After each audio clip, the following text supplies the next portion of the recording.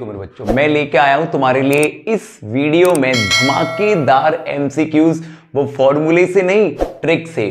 तो मेरे बच्चों ध्यान रखना इन एमसीक्यूज को जो तुम्हें स्क्रीन पर दिखाई दे रहे, एक बार देख लो भाई। 6 एमसीक्यूज एक साथ लिखे हुए हैं बहुत ही कम समय में, और वो भी बिना फॉर्मूले के ट्रिक से। करेक्ट सही करोगे भाई, ध्यान रखना मेरे बच्चों। चलो करते हैं भाई क्वेश्चन। फर्स्ट क्वेश्चन पर आ जाओ बेटा। देखो तो हाउ मेनी टर्म्स इन, ये लिखा है कि ये जो सीरीज दी गई है इसमें कितने टर्म्स है मेरे बच्चों, इसमें कितने टर्म्स है।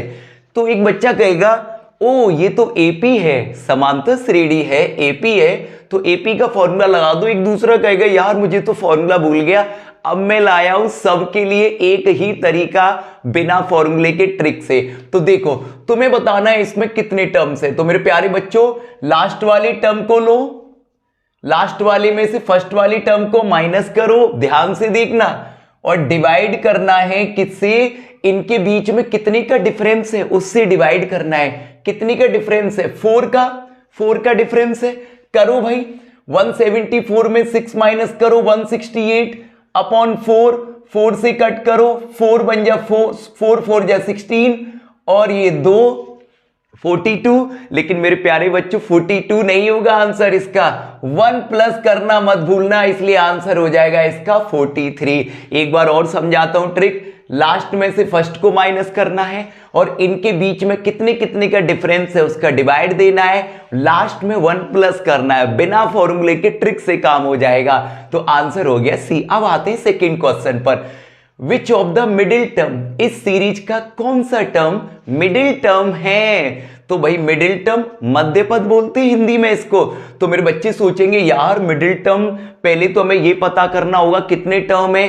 तो मेरे बच्चों बिल्कुल सही सोचा, पहले ये पता करो हाउ मेनी टर्म्स, कितने टर्म है, वो भी ट्रिक से। लास्ट में से फर्स्ट को माइनस करो, 216 में से 6 को माइनस करो तो कितना बचेगा 210। उसके बाद मेरे बच्चों कितने कितने का डिफरेंस है, देखो देखो 7 का, तो 7 का डिवाइड दो 7 से 30 टाइम्स, 30 में 1 प्लस कर दो 31।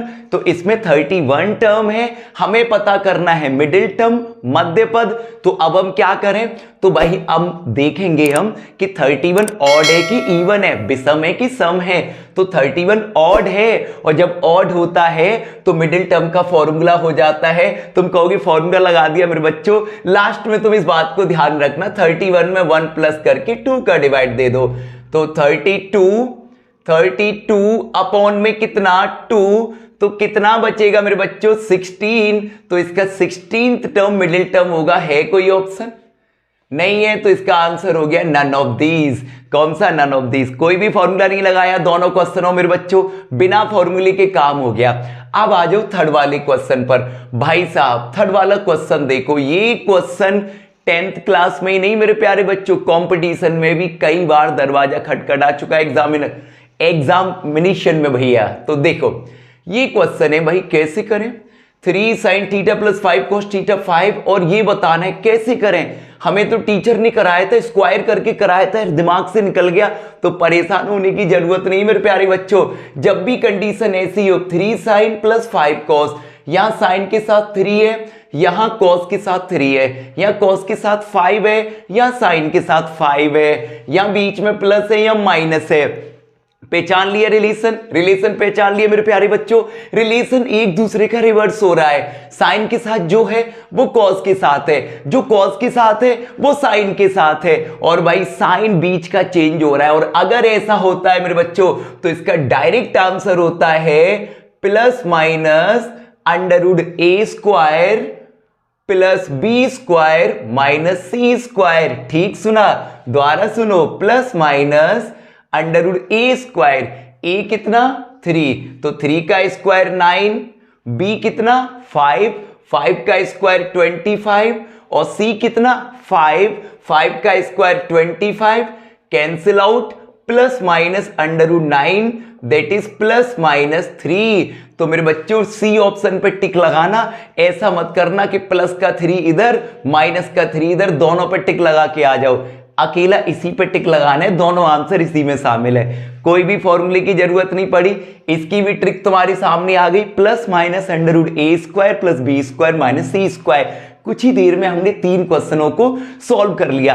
अब आ जाओ मेरे प्यारे बच्चों फोर्थ क्वेश्चन पर, फोर्थ सॉल्यूशन पर। हमने तीनों क्वेश्चन खत्म कर ली, अब आते हैं भाई फोर्थ क्वेश्चन पर। फोर्थ क्वेश्चन को देखो, cos प्लस साइन कितना है 1, तो हमें इसकी वैल्यू बतानी है यार। फिर से हमें कुछ होल स्क्वायर वगैरह तो नहीं करना पड़ेगा, बिल्कुल नहीं करना पड़ेगा मेरे बच्चों, ये भी इसी फॉर्म से मैच कर रहा है।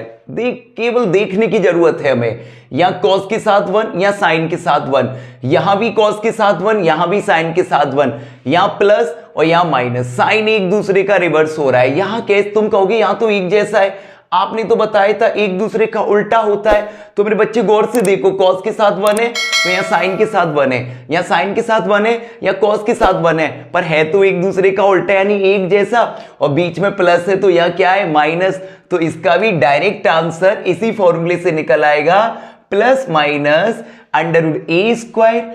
ए कितना है, cos थीटा का कॉफिशिएंट कुछ नहीं है तो 1 लेट करो, तो 1 का स्क्वायर 1 प्लस बी स्क्वायर, यहां भी कितना मेरे बच्चों, साइन थीटा का कॉफिशिएंट 1 है तो 1 का स्क्वायर 1 और माइनस सी स्क्वायर, 1 का स्क्वायर 1, इससे ये cancel, plus minus under root 1 that is plus minus 1। Which option, A option is correct. तो भाई ये हमारे चारों क्वेश्चन खत्म हो गए। अब आते हैं पांचवें वाले प्यारे क्वेश्चन पर। तो देखो भाई फिफ्थ क्वेश्चन देखो, HCF of two numbers is 18, then LCM of two numbers cannot be। मतलब ये कह रहा है तुमसे कि दो नंबरों का मासापा HCF 18 है, तो उन नंबरों का LCM कौन सा नहीं हो सकता। कैसे करोगे, तो मैं बताता हूं प्यारे बच्चों, ऐसा क्वेश्चन कैसे होता है कि जिन दो नंबरों का HCF जितना होता है, तो मेरे बच्चों याद रखना HCF से LCM हमेशा डिवाइड होता है। तो 18 से जो जो नंबर डिवाइड हो रहा हो वो तो उसका LCM हो सकता है, और जो नंबर डिवाइड नहीं हो रहा हो वो LCM नहीं हो सकता। तो 18 का डिवाइड इसमें जा रहा है, 18 4 जब बिल्कुल जा रहा है, तो इसका मतलब ये तो एलसीएम हो सकता है, लेकिन वो कह रहा है कौन सा नहीं हो सकता, तो इसका मतलब ये आंसर नहीं है इसका। 18 से ये भी डिवाइड हो रहा है, 18 से ये भी डिवाइड हो रहा है, पर मेरे प्यारे बच्चों 18 से 760 डिवाइड नहीं होगा, तो इसका D option is correct answer. यानी एक बार और सुन लो, जो दो नंबरों का एचसीएफ होता है उसी एचसीएफ से उन्हीं दो नंबरों का जो एलसीएम आता है वो डिवाइड 101% होता है, और डिवाइड जो नंबर नहीं हो रहा हो ऑप्शन में वही उसका आंसर हो जाएगा कि इसका एलसीएम नहीं हो सकता। आ जाओ वही नेक्स्ट प्यारे क्वेश्चन पर।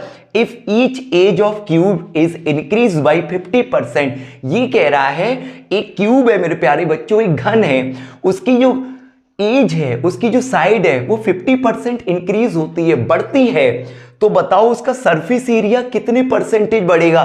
तो हम यार क्या फॉर्मूला लगाएंगे, या बिल्कुल नहीं लगाएंगे, यहां लगाएंगे एक हम ट्रिक।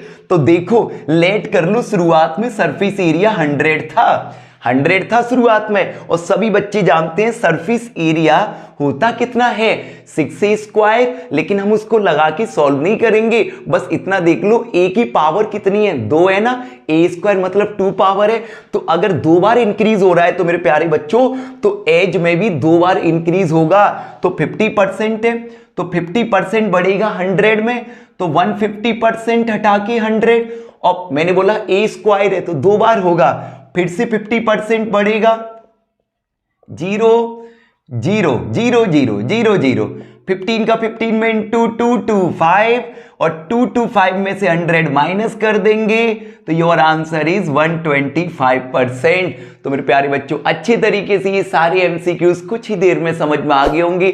इसी तरीके से और भी एमसीक्यूज लगाओ, और वीडियो को लाइक करना, कमेंट करना मत भूलना, शेयर जरूर करना।